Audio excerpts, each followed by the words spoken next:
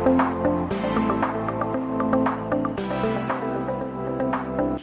everyone, it's Tracy Steen of Move Daily Fitness. Welcome to our Monday bonus video, and in this video I'm going to show you a little bit about what I eat on the regular, what I eat during my day. Alright, so let's head into the kitchen and we're going to go through the whole day. So I'm going to start my day off with breakfast. This is such an easy recipe. It's one of my go-tos. It has been for years and years. If you follow me on Instagram, you've probably seen me make this. So we're doing a protein pancake. Come on over and see how it's made. All right, turn my pan onto high just to get it nice and toasty. I'm gonna put a little bit of coconut oil in the bottom of it. And that's gonna be how it's not gonna stick to the pan.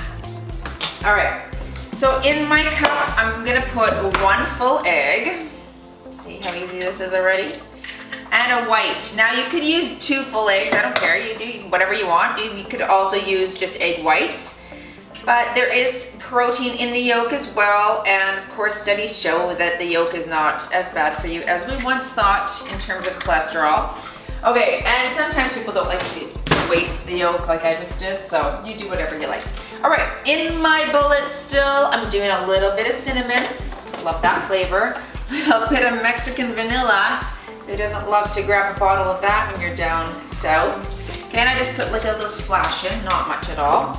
And then I'm gonna go for my uncontaminated oats, so they're gluten-free, if, again, that's a requirement for you. And I only do about a tablespoon of those oats. Okay, so this then is low carb, right? Keeps it nice and low. Now, sometimes I'll add a little piece of banana in, but I'm putting fresh fruit on top today, so I'm gonna opt for no banana. That does make a nice flavor, and it actually sweetens the pancake. So if you're making these for kids, that's a good way to really sweeten it without adding the sugar. Okay, so that's basically it. And now we make our batter. Here we go. All right, taking my batter. So again, it's just batter. That's what it looks like. Looks like pancake batter. And I like to make one big pancake because I'm gonna roll it up. So it's kind of like a crepe, just a bit thicker. See, so I just do that. Now, turning my heat down to low so that I don't burn it, because that would be sad days in France for me, since that's my breakfast. All right, cook it, flip it, and we'll top it.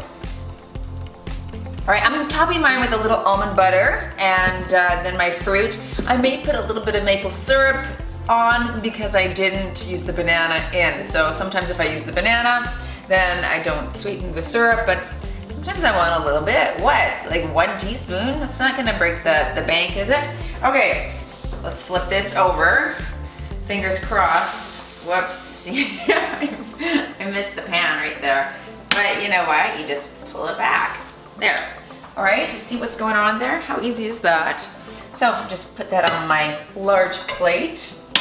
Now I'm gonna take a little bit of this almond butter, so a little healthy fat, and just spread that out. I like to roll this up. So again, you can make a bunch of little pancakes, or you can just make one large one, like what I'm doing here. But put a teaspoon of almond butter on. Okay, already my mouth is salivating. And then I'm just gonna put my fruit in the middle.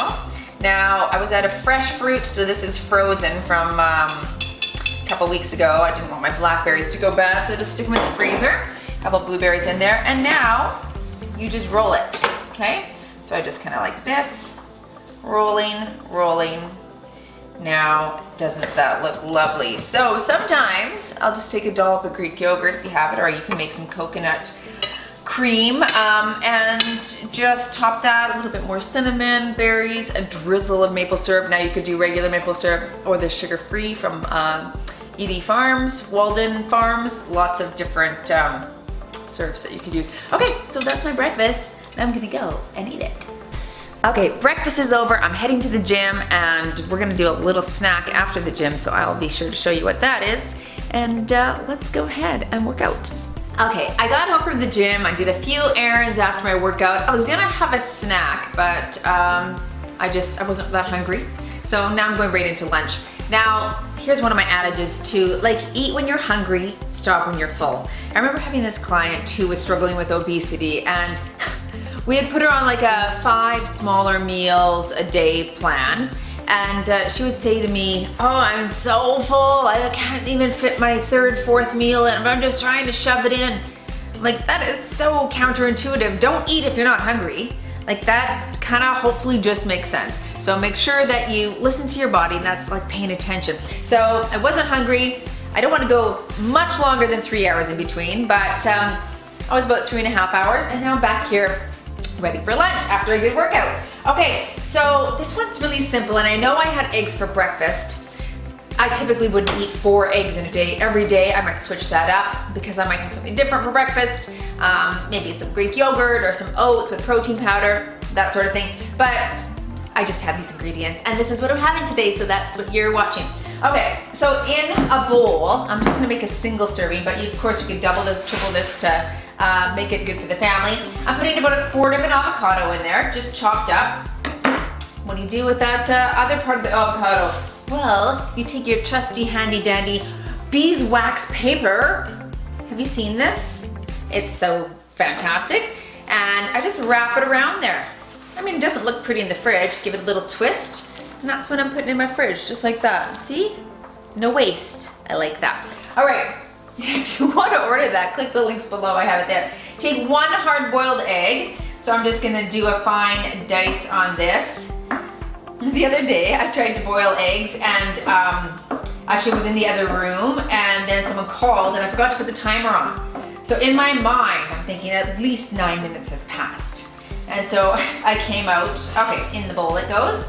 I came out, and I'm like, well, that's what I was having for lunch, some boiled eggs. So I started to peel them, and I mean, the shell literally stuck to all the white, and then the yolk burst in my hands. It was soft boiled egg time, so actually I don't like the yolk like that, so ugh, that's gross. Okay, I'm taking a little cilantro, just doing a little fine chop through my cilantro. Easy breezy. If you don't like cilantro, leave this out. Apparently it's one of those herbs that's quite specific to people's taste buds. If you don't like it, you don't. And you can't make yourself, so I don't care. Leave it out if you want. Now I'm just gonna take half of a tomato. So I'm trying to make this low carb. So far my only carb in here is gonna be the tomato. So I'm gonna stick with half. Now, why the low carb? Maybe you're asking that. Why is she making things low carb? For me, the reason is my carb tipping point is pretty low. We talked about that in a previous video. Okay, I'm just dicing this guy up. And so what's important to me is to, you know, if I'm gonna have carbs, I want it to be in the form maybe of having a drink on the weekend, or having some fresh fruit, or really enjoying some quinoa or some oats in the morning. I typically wouldn't have a carb in my lunch, like a big hearty sandwich with a big bun, just because I don't need the bread. I don't love the bread. I like what's on the inside anyway, and yeah, it just saves me those carb calories. And because those add up really fast, you know what I mean? And before you know it, unless you're doing an optimal amount of exercise, you're gonna have a carb overload in the body, glycogen overload, and then anything that's in reserve in the tank that's not used up vis-a-vis exercise just gets stored as fat. So I try to keep things on the lower carb end of things. Okay, so pretty simple. I've got an egg, half of a tomato, 1/4 of an avocado, and some cilantro. I'm just gonna add a little sel et poivre, salt and pepper in French. If you're from Quebec or from France, you'll know it. Okay, and bada bing, bada boom. Now, do I add oil or mayonnaise? No, I don't. Do you know why? Because that avocado is acting as my adherents, my paste, and so does the egg a little bit as well, okay? So what you could do if you wanted, you could put this on a piece of whole grain bread. Like I use that big little bread, which is really thin. And sometimes I'll toast that up and put this right on top. But if I'm going the low carb, I just eat it like just right out of the bowl, just like that. Doesn't that look good? So I've got only about 7 grams of protein in there. So if you wanted to do 2 boiled eggs, I just wasn't that hungry today. Normally I would do 2 boiled eggs, and then at least you have 14 grams of protein. And you could always put some chopped up bacon or ham in there too if you wanted to up the protein level, or some chopped chicken. So that's a good idea as well. All right, that's it for lunch. I will be back to show you my dinner prep. So it's a weekend, not my typical eating schedule. So for timing wise, I'm a little off, but supper's not for another 3 or 4 hours. Feeling a little peckish now because of my late lunch. So I love keeping this chia pudding on hand. See, it's there. Sometimes it's thicker than other times, and it really depends on the can of coconut milk you use. I make this at least once a week. I love it because it's high fat, so it keeps you satiated, makes you feel full, but it's really very tasty, and it kind of just really satisfies if you have a sweet tooth. Basically, that recipe is 1 can of coconut milk, 1/4 cup of chia seeds, a couple tablespoons of maple syrup, a little bit of vanilla. Let it sit overnight so that those chia seeds congeal. Is that a word? Reconstitute? No. Thicken? It's kind of like tapioca. They actually gellify. That's the word, gellify. And I'm gonna put just a half a nectarine sliced up over that. Not even half. I'm just gonna take some pieces here. I put strawberries on here, pomegranate seeds. I love blackberries, whatever fresh fruit in season that I have that's available.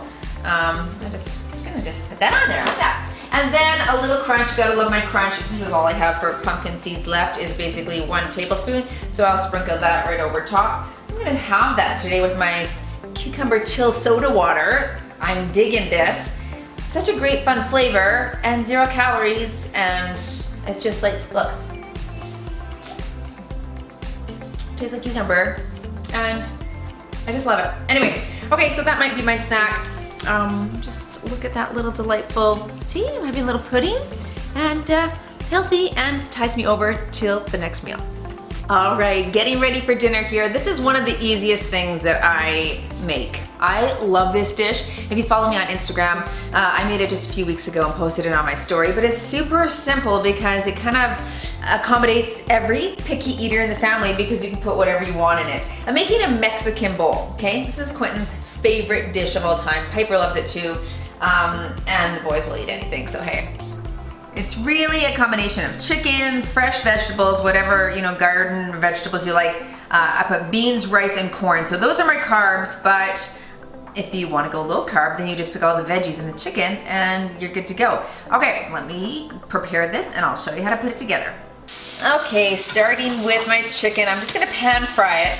Now, I make this different all the time, depending on what seasonings I prefer in the moment, what I want to put in there. Sometimes I put Mexican seasonings in, like kind of like a taco seasoning, so chili powder, garlic salt, onion powder, that sort of thing.